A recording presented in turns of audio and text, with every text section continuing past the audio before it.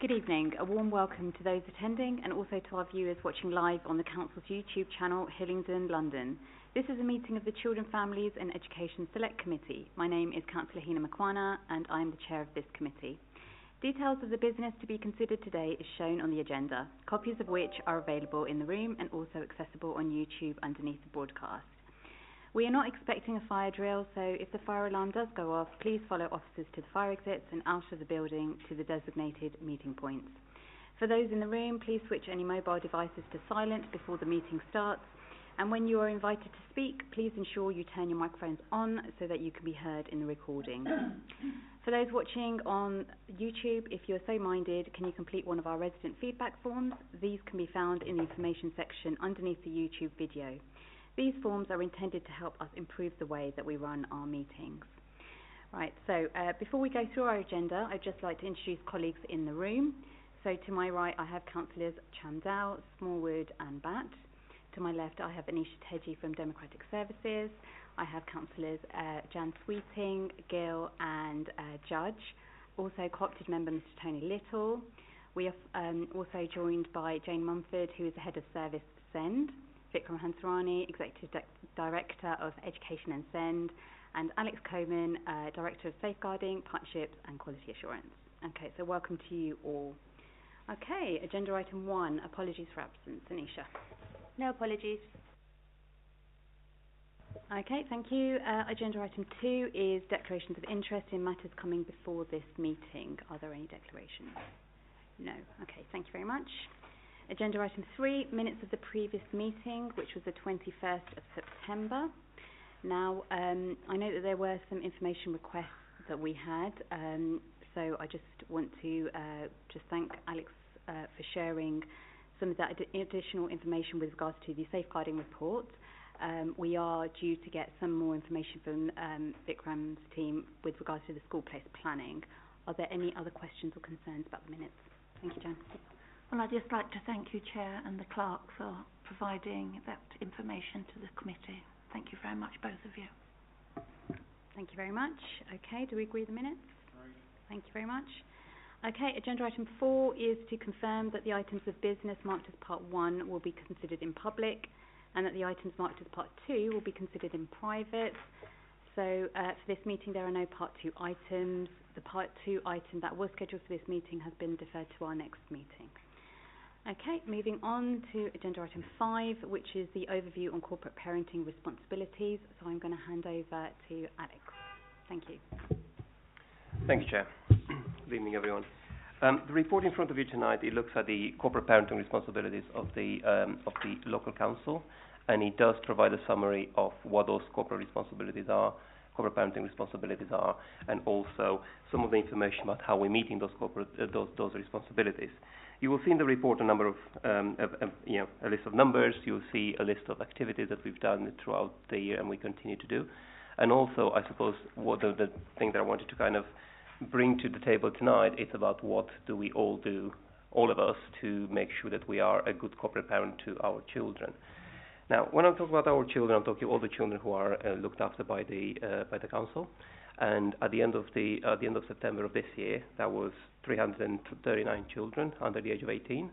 And also, we are responsible for supporting 575 young people who are between the ages of 18 and 25. A corporate parent applies to the council up to the age of 18, and after the age of 18, we're supporting our young people as care leavers or as care experienced young people. And that duty to support them goes up to the age of 21, and if they ask and if they agree, that duty goes up to the age of 25. So currently we have 575 over 18 years old who are supported by the council. I think one of the things that we all need to kind of ask ourselves, and in line with legislation, in line with what it means to be a good corporate parent, it's what we do for our children who are in our care. Would that be good enough for my child? Would that be good enough for our own children? And that's how we should be approaching this, and that's how we should be looking at that. And that includes making sure that our children are healthy, making sure they have a good education, they make the right progress, they support in having the right aspirations, and they're supporting in achieving the best version of themselves. And this report provides a brief summary to some of the activities that we're doing. It talks about what it means to be a corporate parent. It talks about how we support young people's education, how we support their permanency, and how we support them into going from being children to being young adults, and how do we support that integration into the wider world. And we also provide some examples at the end of the report of some of our care leavers and some of our younger children, and in terms of their achievement and some of the things that they've done. I'm not going to go to the entirety of the report because I'm sure you've read it, and I'm sure you will have questions about it. But one thing that I wanted to be saying about, a couple of things I want to be saying about specific to Hillingdon, which is very different to majority of other places in the country, is the makeup of our children's population. So what we have in Hillingdon, we have 19% of all of our children under the age of 18 have arrived to be looked after as unaccompanied asylum-seeking children, and that is mainly to do with the fact that we have Heathrow, so Hillingdon Support Authority, and through there we absorb a large number of children who arrive unaccompanied.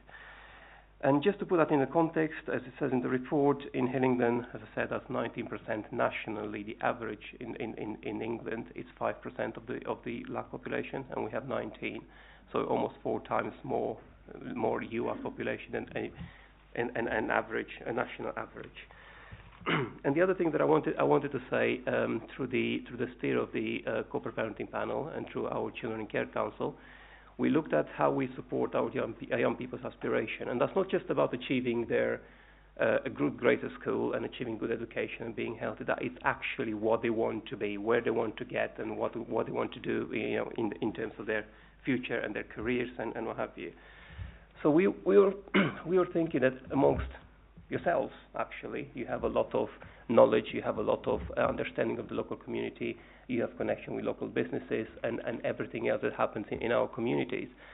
So we were wondering if some of that support can be provided by yourselves as well to some of our young people. And one of your colleagues has actually provided some of our young people with a day work experience. I mean, he's a lawyer in day-to-day life, so he created an experience for quite a few of our young people who aspire to be a lawyer to actually visit the chambers, to actually sit into a mock trial, visit the court, and do all of that in one of the chambers in central London. And that was very well received, and at least a couple of young people who were part of that were really inspired by it. So we were thinking that probably there is more that our young people want to do. Not everyone wants to be a lawyer. So then we asked them. We actually asked them. So what's your aspiration? So we work with our colleagues in virtual school, who as part of the personal educational plan of the young people every year, and every 3 months they're asking them. So what's your aspiration? And we record all of that. So they put them all together. So the majority of our young people want to work in an area that's related to health and social care. Then they want to work in engineering, quite a few of them. And then we're talking about creative arts and business.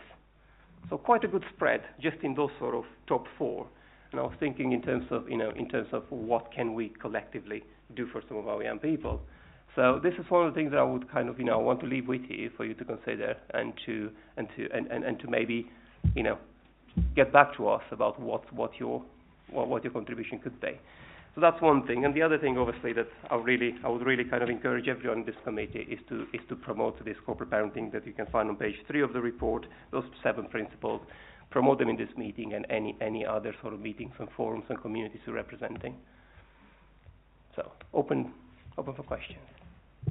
Okay, great. Thank you so much, Alex, and thank you for coming to present this item, especially because it's a new committee. We've got new members here, so it's really important to highlight our role collectively as corporate parents. Also, to support our young people in care. So perhaps through the whips, one of who we've got this evening with us, we can reach out to members from both sides and think about how we can provide this opportunity and this insight into different working environments for our young people. Thank you. So I'm going to open it out to questions or comments. Councillor Smallwood, you indicated first. Thank you. Thank you very much, Chair. And I had the complete pleasure on yesterday evening of attending as a guest or as an observer corporate parenting. Having sort of looked into it, I thought that's an important responsibility to take, and I wanted to go along and see exactly what was going on. It was fantastic to see the young people there taking part.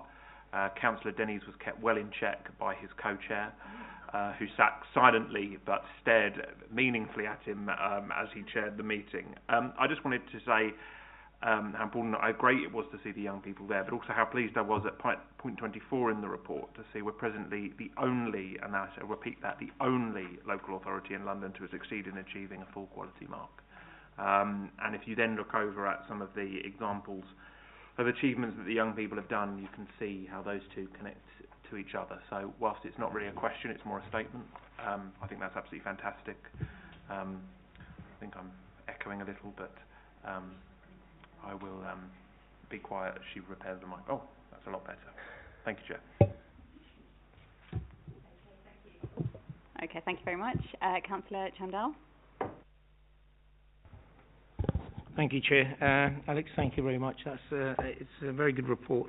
I think you're quite right in explaining to everybody what corporate parenting is. People who have had kids and grown up and got kids of their own, you realise how it's not an easy job. It's a 24/7.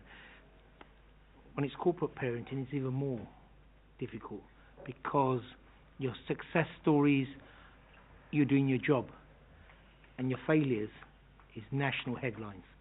So we've got to remember that.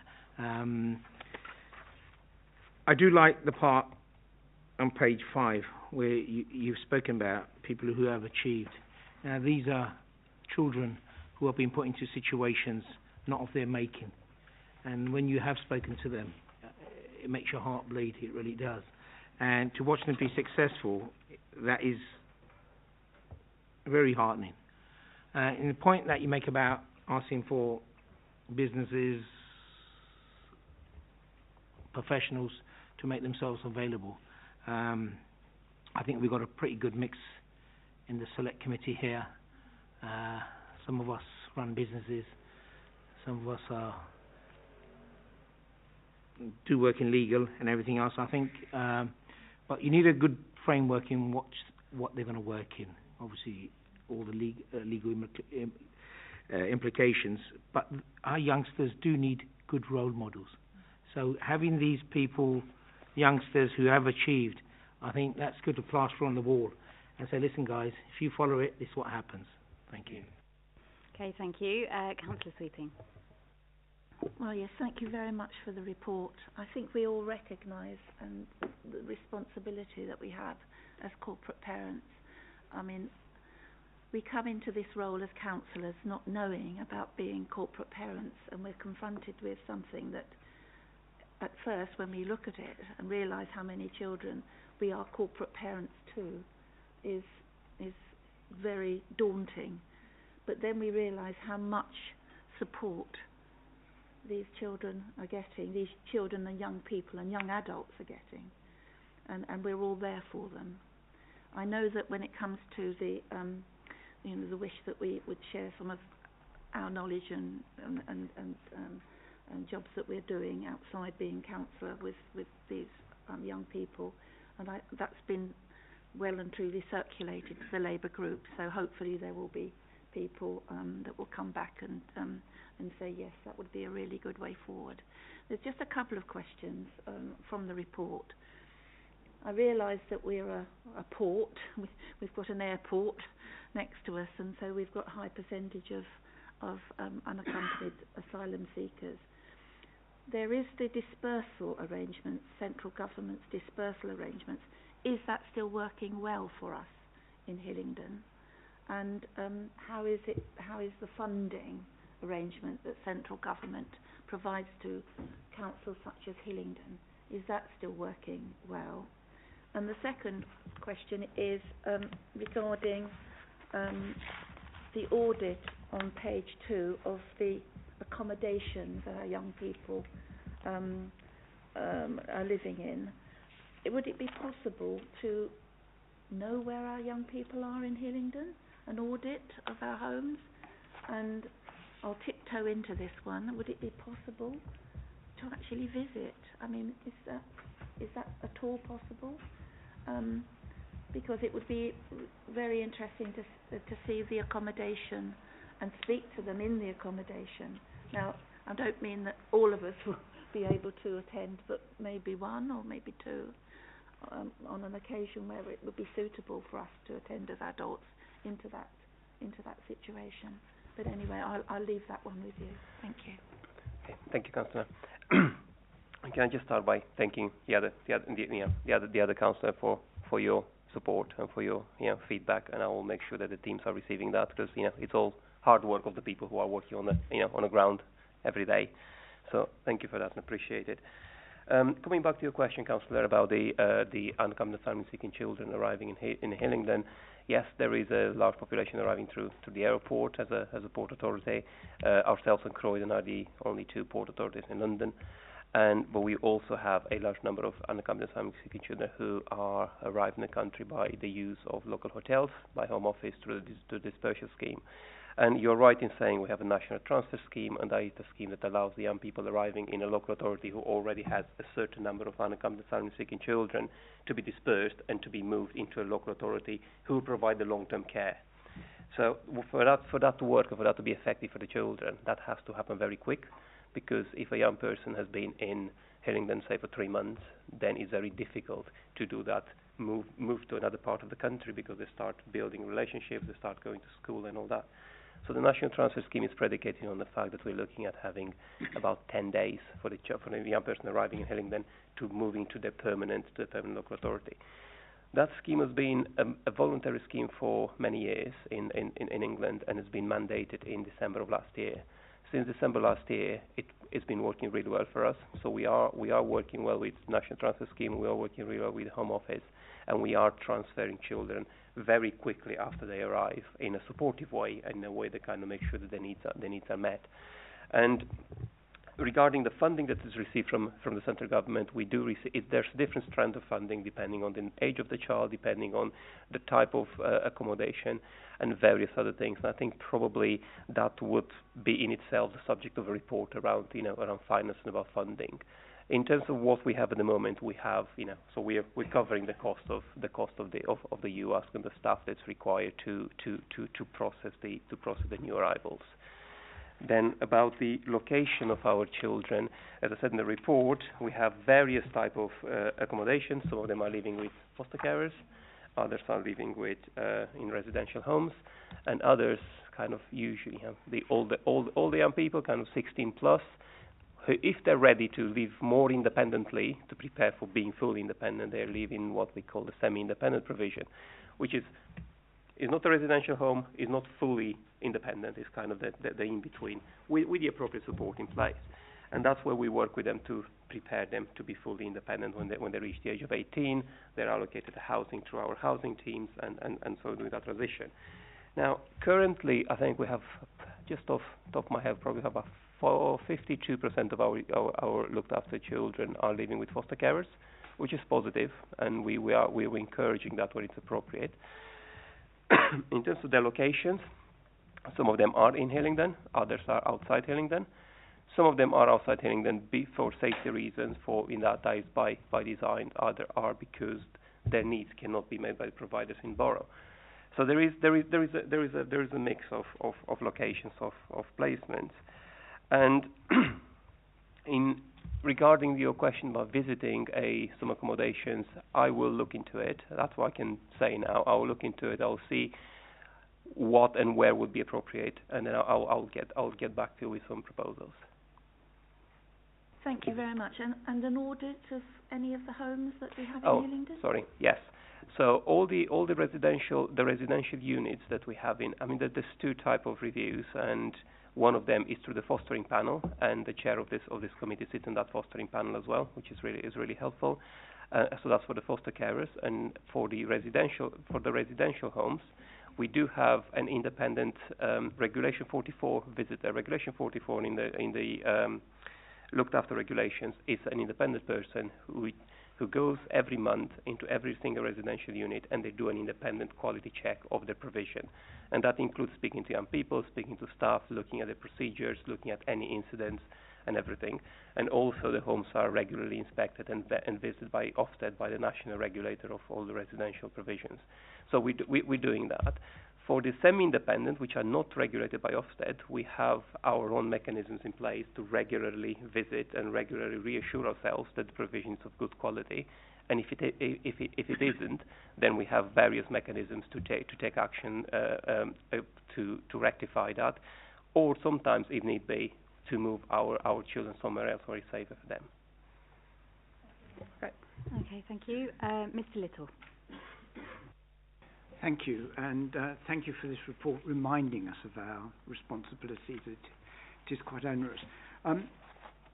I like Councillor Chandal, like the examples you've given at the back, and what it reminded me is that one of the role of ordinary parents is to celebrate their children's achievements. Do you feel that corporately we do enough to celebrate the achievements of our children who we're looking after, or is there something more that could be done? Thank you. I mean, as a social worker by trade, having worked my entire career in children, I mean, is it ever enough? But I think we do a huge amount in recognizing successes. And only last night at the corporate parenting panel, we had a presentation of the activities that we done to celebrate the children's achievement over the last year. So we looked at the activities over the summer, things like, barbecues, like celebrating Eid, like, we're going to have a Christmas celebration coming up. But probably the biggest event that we're doing every year, it's what we call KICA, which is the Kids in Care Awards. And that looks at nominating all the majority of the children who are our children nominating them for their achievements. So they're social workers, they're foster carers, they're personal advisors, whoever works with them, they want to recognize their achievement. They will nominate them, and they will get a diploma. They get a big ceremony, and I think every year we have the lead members, we have members of various committees, the mayor of Hillingdon, everyone attends and hands over certificates and doing all that recognition. I mean, again, that's probably one of those things that if you see the photos and if you see the feedback from young people, it will speak much more than I can say about it. But I'm really happy and I'm really kind of confident that what we do, it's the right thing for our children, and I'm really happy and confident we celebrate their achievement, and we constantly do that. It's not just through activities and ceremony, we do that on a daily basis to the independent reviewing officers, social workers, everyone, all of us. Thank you. Okay, thank you very much. Any other comments or questions? Great. Okay, Alex, thank you for joining us this evening. You're welcome to leave and have a good evening if you're driving. Yes, good luck. Safe journey home. Okay. I'm giving you on the phone. What's the next slide? Okay, all right. Okay, so agenda item 6 is the Hillingdon Draft SEND Strategy 2022 to 25. So I believe, is it Jane reporting? Yes. Okay. A quick intro. Oh, sorry. Okay, sorry, Vikram. Yeah, Good evening all. Thank you for the opportunity to present the strategy. Before I introduce my colleague Jane, I just wanted to raise an important point. This updated SEND strategy is a long time coming. This is one of the items that we had picked up early in 2020, and the initial process was to start the review of the SEND strategy, would you believe, in February 2020, and that sort of got derailed somewhat by the effects of COVID. So sort of the post-COVID outcome has been certainly to be working on some of the strategy documents around education, one being the SEND strategy. So with that, I'd like to introduce my colleague Jane Montfort, who will talk through where we are with the draft strategy as it stands. Thank you. Good evening, everyone. So I'd like to talk about the draft SEND strategy and also seek your views on the strategy. So the strategy actually sets out the vision and the 3 priorities that we think are important. And we actually consulted on the strategy during the summer term. Also attached to the documents are the findings, both the quantitative and the qualitative findings from the survey that we attached with the strategy document. So we sought views via public consultation. We were slightly disappointed in the response rate, and I think that was probably due to the timing of the strategy being in the summer term. However, I can assure you that we had a lot of pre-consultation engagement events. We wanted the document to be fully co-produced, so we had parents on board and stakeholders and partners from the very beginning, and they were involved in co-producing and shaping the document prior to it going out to formal consultation. I've also had a lot of post-engagement activity as well, so I've had partners that want to contribute further post-consultation. So the strategy is very much a dynamic document and constantly evolving, so that's where we're at in terms of the strategy. Okay, thank you very much. Right, Councillor Smallwood. Thank you very much, Chair. First thing, potentially difficult, but I still think incredibly important.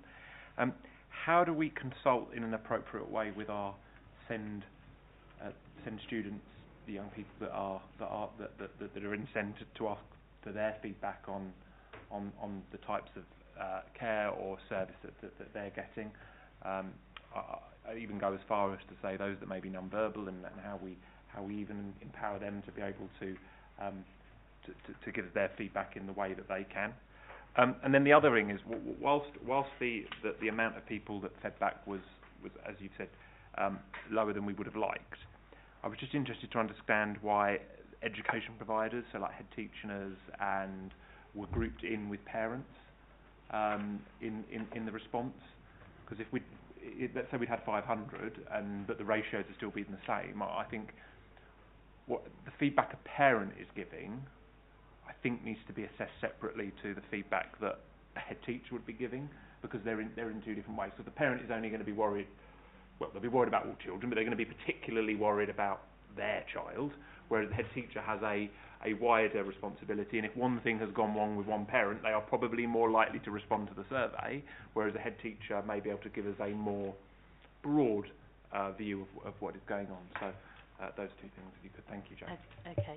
So to answer the first question, in terms of the young people, we recognise that through the consultation that we hadn't been good in engaging with young people. So I've made further contact with the Youth Council and schools where there's established councils, and also Young People's Health Watch, so that we can engage in that activity sort of post-consultation. So I think generally across the council we've recognised that we're not particularly good at engaging with young people, and that's an area that we have identified within our own local area of self-evaluation and that we're working on.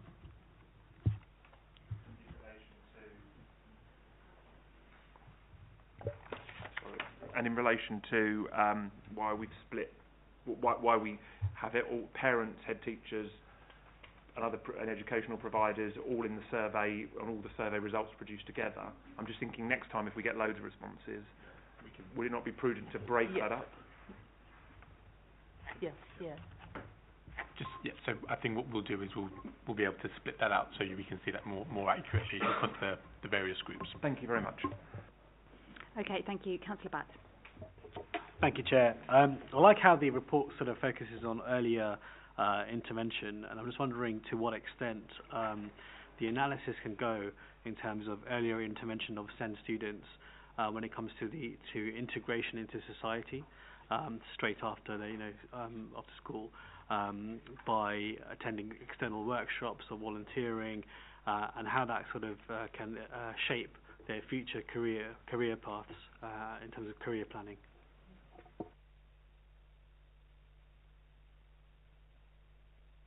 This is a very dynamic document, and I should have sort of set the context in that work is already going on in terms of meeting the key priorities. So we've got strong governance arrangements in terms of the SEND Strategic Partnership Board. We've got SEND Operational Group, and we've got 5 key work streams that are working around these key priorities. So we've got action plans around that. One of the priorities is obviously transitions and preparing for adulthood, and I would say that we have got a lot of work going on in terms of supportive internships and investment in supportive internships, and also looking at other employment opportunities for young people. Okay, thank you. Mr. Little. Thank you. There's obviously a lot of work gone into this, so I'm slightly hesitant in being more critical than some of my colleagues. But one thing that I noticed, I know the feedback was quite limited, but it seemed somewhat cynical in its tone, which suggests you've probably got a communications issue not just with the kids, but also with the parents not understanding. And the second is that the priorities are all very laudable, and we'd all be very pleased if they're achieved, but the report doesn't do a lot in the way of methods by which these ambitious targets are going to be accomplished, and says next to nothing on the resources, either people resources or financial resources, that are required to achieve these ambitions. Could you make some comments on that? Right. So in terms of the first comment about parents, I would say that we have got a very good relationship with our parent carers forums, and they were very engaged in actually shaping the document, and we had both via the formal consultation, but we also had a number of other consultation sort of events outside of that. So I think because of the small response rate, it does actually sort of skew things. So on the face of it, it does come across as a few negative comments. I think the comment that stood out for me was parents feeling that it was about budgets, and I think that's something that, you know, we need to make sure that we're, in terms of the language that we use and the rhetoric, that you know, isn't about budgets, but it's about ensuring that, you know, we deliver good quality services across Hillingdon. So I think we do need to be mindful of our presentation and our language, so that when we're interacting with parent carers forums, that comes across. But I think we do have a good relationship with our parent carers forum in terms of communicating what our priorities are. Our parents are represented on all of the 5 work streams as well. We've got representation there. So I think in terms of I think this is an overarching strategy, and the work is supported through the SEND work streams and the action plans. So I think that actually sort of gives the level of detail that you're actually talking about, that sets out how we're going to sort of deliver and the resources attached to that. Okay, thank you. Councillor Chandal. Thank you, Chairman. Well done. What a report. From when I used to look after SEN, as it was known in those days, before we added a D, it's a lot more than we thought it was, than it was in those days. Those days it was just children who had been difficult or weren't very bright. Well, actually it wasn't. It was actually children who weren't quite ready to understand what was being presented before them. About some of the questions that were being asked by my far cleverer colleagues than me. Page 11, you had 38 responses. You know, I would like to know how many did you actually send out, so we can look at what kind of comparison we're looking at there. On page 35, about the Youth Justice Service, once again numbers. You said there's an increase in numbers.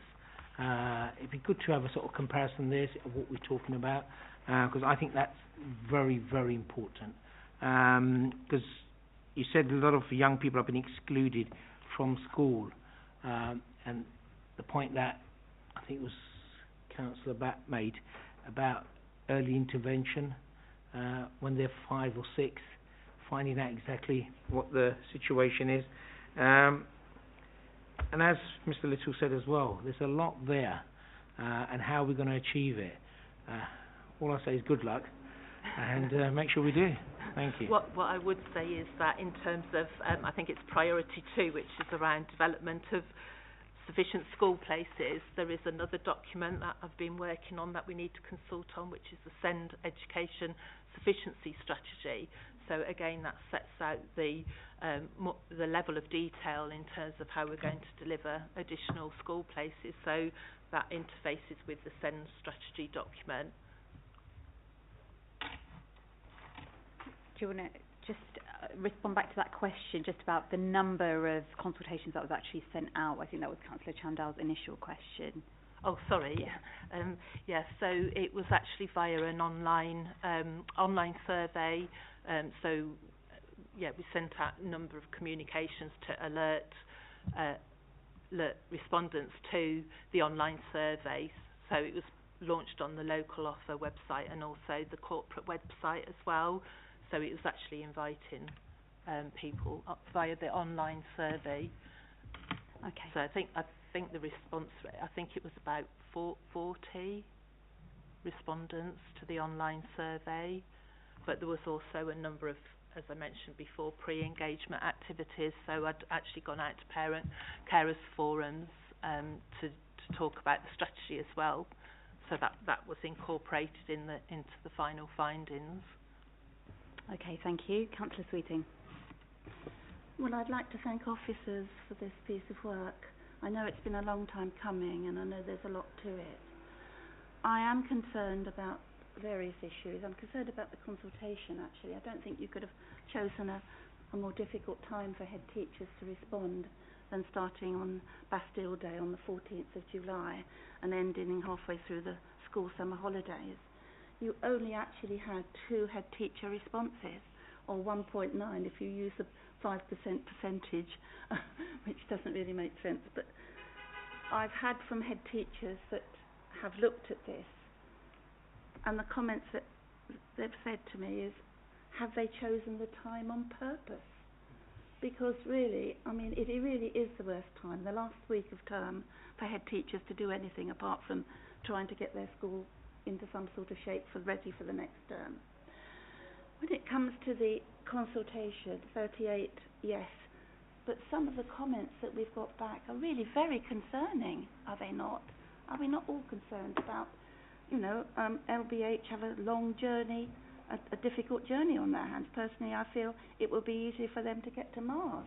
I mean, we realise that parents sometimes that are concerned about their own child is going to be, very, very, very concerned. And when we put pen to paper, they may well say things that are not quite, as they mean to say. But I have concerns on a couple of points. We're pushing, it seems here, on the green paper, which is relying more on our mainstream schools. And some of our mainstream schools have already got huge percentages of SEND children. One head teacher that I've been in contact with quite recently has one class with 48% of that class Councillor SEND Sweeting, children. sorry to interject, but can you ask a question if you have a question? Thank you. The question is, how is this actually going to be delivered that's not going to make our mainstream schools overwhelmed with the additional children that have got the SEND label on them in all of its categories, because some are already overwhelmed? Thank you, Councillor Sweeting. I'll pick up the initial point, I think, if you don't mind. So just to go back to your initial comment around inclusivity, I think there's a piece that is happening nationally, which is then regionally and, of course, affecting Hillingdon in terms of improving inclusivity across the mainstream sector. Now, Hillingdon, like many authorities, have got schools who are absolutely inclusive, and their tolerance is different to another school. So when we talk about inclusivity, it's around standardising that practice against both phases of education, so both primary and secondary. What we do recognise, though, is the point that you've made. There are some schools who are going well beyond to meet the needs of some of their children and young people, and to that we are doing our utmost to support. Part of that is around our process and strategy around additional SEND places, specialist places, to make sure that we've got sufficient places for some of those children who need better or more appropriate provision in place. But at the same time, we're working with the NASEN accredited SEND review to support our schools to ensure that they're able to self-assess, self-review their practice when it comes to special educational needs and disabilities. You're right to reference the green paper, because one of the key points there is around how, in essence with the green paper, it's around how we are improving inclusivity and early intervention at the earliest opportunity. The strategy sets out some of the work that's already ongoing. So if we talk about the SEND advisory service, it's a pre-statutory multidisciplinary team, which is fairly unique. So Hillingdon started this work 2018, 2019, which was around getting into schools and meeting those needs at the earliest opportunity. That's a range of professionals from ASD outreach to key workers. And within that, there's also a tranche of funding that schools can use called early support funding. And at the heart of that is around how we can get schools and enable them to use all of the resource we've got in the borough. Within the strategy, you also see some of the stats that are there. I think the two key headlines are, in Hillingdon, we have more children with the HCPs than in London and national, and we have less children in Hillingdon schools on SEN support in London and national. What we need to be doing is ensuring that we're accessing, more children are being able to access SEN support with the appropriate resource that's in place. So whether that's resource through the likes of SEND advisory support staff or through early support funding, we are supporting those schools in getting those children's needs met at the earliest opportunity. Take your point about those schools that are disproportionately affected, and we're working with those schools to get the best outcomes with the challenges that are consistent within those schools. Those schools, in terms of the full picture, they are the minority, but certainly, irrespective of whether they are the minority, they are still schools that will need our support. And if I can come back to the issue of some schools, because some of these schools have already got asylum seeker youngsters at the same time, so it's a perfect storm for them.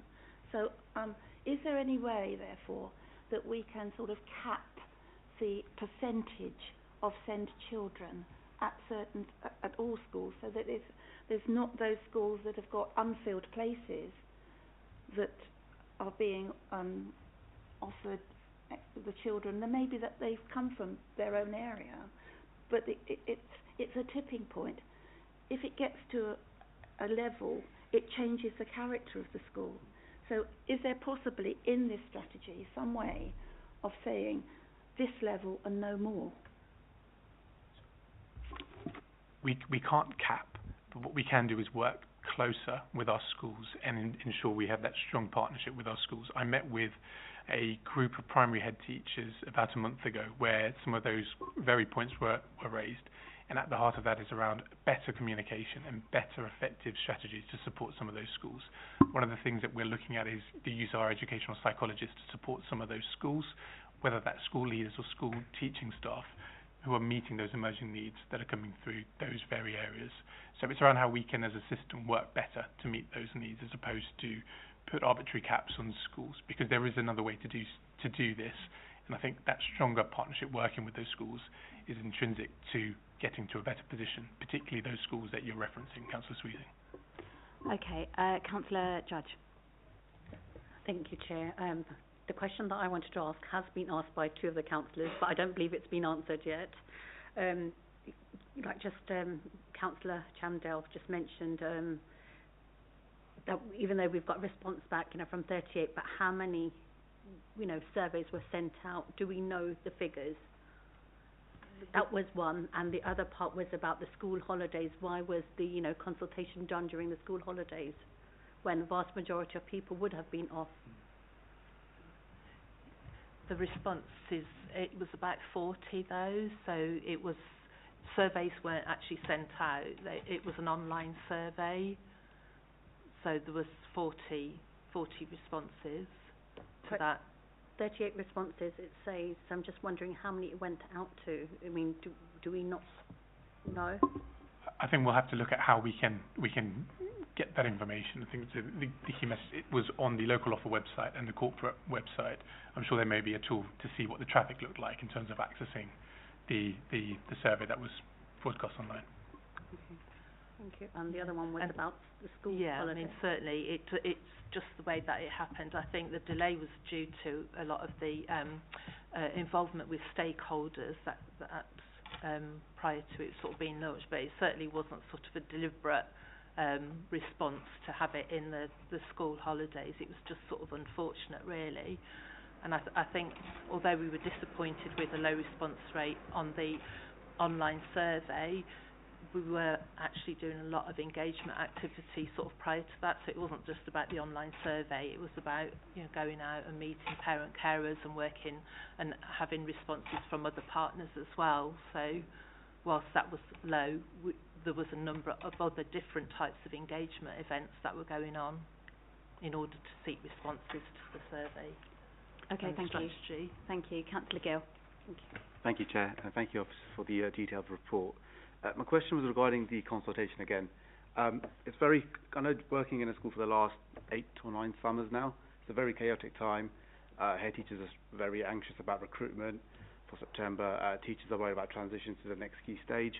And so my question is it possible to rerun this survey and do it at a time maybe like now or September next year or somewhere where parents will be more engaging, other stakeholders will be more engaging, because then the data will be a lot more fruitful, so we can extrapolate how to add value as a council to the services we provide.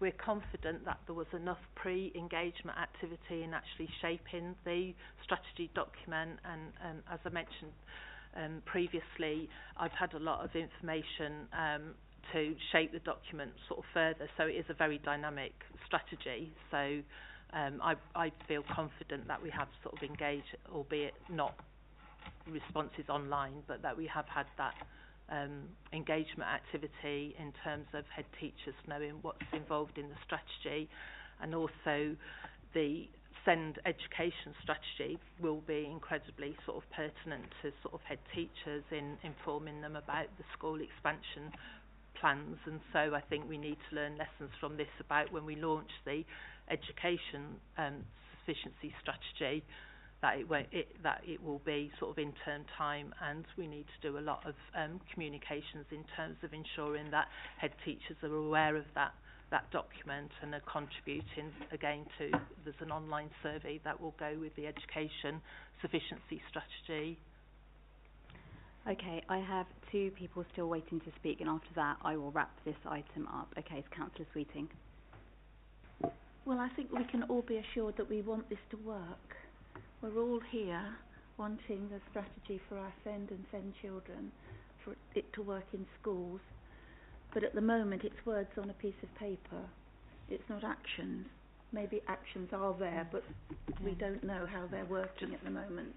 So can I recommend that maybe this committee have regular updates on how it's going, and that this needs to be sort of independently verified with maybe comments coming from parents and others and teachers, because we want it to work, and we'll only know it's not working if we keep it very closely monitored. If I could just respond to that, as I mentioned before, that there's some strong governance framework already in place through the SEND Strategic Partnership Board and the SEND operational groups that meet monthly. So there's action plans that sit under the 5 work streams that feed into the strategy. So there are actions, and also there's representation from all partners, including SENCOs and some heads on those work streams as well. I think for visibility, I'd be keen, I think, as officers, that we'd share that to committee, so there's updates on those action plans. Okay, great. Mr. Little. Thank you. It may not be the note to end on, but you've probably done yourself a disservice in your reporting on your consultations in this, and it might have been wiser to have incorporated in what you've given us the consequences of your earlier pre-consultation, so that people had a better feel for what the process was going on beforehand. So, I mean, I'd offer that as a comment and not as a criticism. Okay, thank you very much, and appreciate the feedback, the presentation, you know, the lessons that we're going to learn from this going forward, and verbal updates or any updates that you can provide the committee would be greatly appreciated. I understand that we need to submit comments to Cabinet, so I'd like to delegate authority to both myself in conjunction with Councillor Sweeting, so we can agree comments and we can submit that to Cabinet offline. I put together quite a long comment. It might be too long. I don't know whether you... Yeah, can we take that offline, please, Councillor Sweeting? Thank you very much. Okay, great. So you're welcome to leave or stay as you wish, but thank you very much. Thank you all. Okay, agenda item 7 then is our scoping report for proposed review. Do you?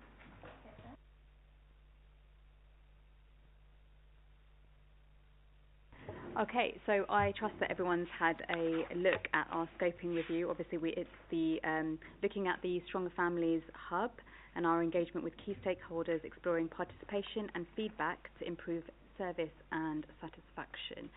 So, comments or questions? Okay, right, Councillor Smallwood. Thank you, Chair. I'd just like to make sure that when we're doing our evidence and inquiry and looking into it, that we make sure that that we work out how young people feel they can access the various services, especially around early prevention, et cetera, et cetera. I think that's really, really important to work out that they potentially feel like there's signposting for them at the earliest possible stage, and then their experience should they engage with the hub. Yeah, so potentially we could have them come along as witnesses, perhaps. Thank you, Councillor. So we could add that as part of the witness session programme and include young people as well. It could also be a session offline if it would make young people feel more comfortable speaking. Yeah, that sounds good. Thank you. Councillor Batt. Thank you, Chair. Just got two comments to this, if I may. I'm just wondering, in terms of the lines of inquiry, whether or not it's useful to do an analysis of the Stronger Family Hub's remits in terms of the areas of support it currently offers, and doing a comparison to the current areas of support versus potentially expanding the remit to other areas, and considering how, because I think it's a great opportunity and I think it's a good idea and potentially could be useful for other areas as well. So that's my first point. The second point is, in terms of witnesses, might be useful to also bring along any staff members that are currently working there to see how they provide it, what kind of reactions they're getting, what the footfall's like, and how they're trained to respond to some of the inquiries. Okay, good suggestion. Yeah. Councillor Sweeting. Yes, my issue is about the witnesses. Could we have some witnesses possibly from head teachers or schools to see, whether the new system is working as far as their parents is concerned, and also parents themselves, coming in, because we don't really know until we're confronted with people that have gone through, I call it the Hillingdon sausage machine, and this will be a way of knowing whether the new arrangements are really working well. Yeah, absolutely, I agree. I think it's important to get the service users come to committee, share their experiences, what's working well, what needs improving. At the end of the day, we need to ensure that the service is satisfactory and excellent, actually, for them. So it is important to hear from them. I agree. Sorry, Ms. Still. Thank you. Knowing the bent of this committee for numbers, it would be very useful if we had some statistical background about the sorts of populations we're dealing with here and what resources the council is providing in this area as well. I mean resources in terms of people and types of people. Yes. Okay. Anyone else? No? Okay. So I think we've kind of captured some of those ideas. So I think what happens next, Anisha, after this, please? Thank you. We can make amendments to the scope and report and update the witness session programme. And at the next meeting, 6th of December, we'll start our witness session programme. So officers who work in the area will attend the committee and set the scene and just get the ball rolling, really. Okay. That sounds good. Thank you very much.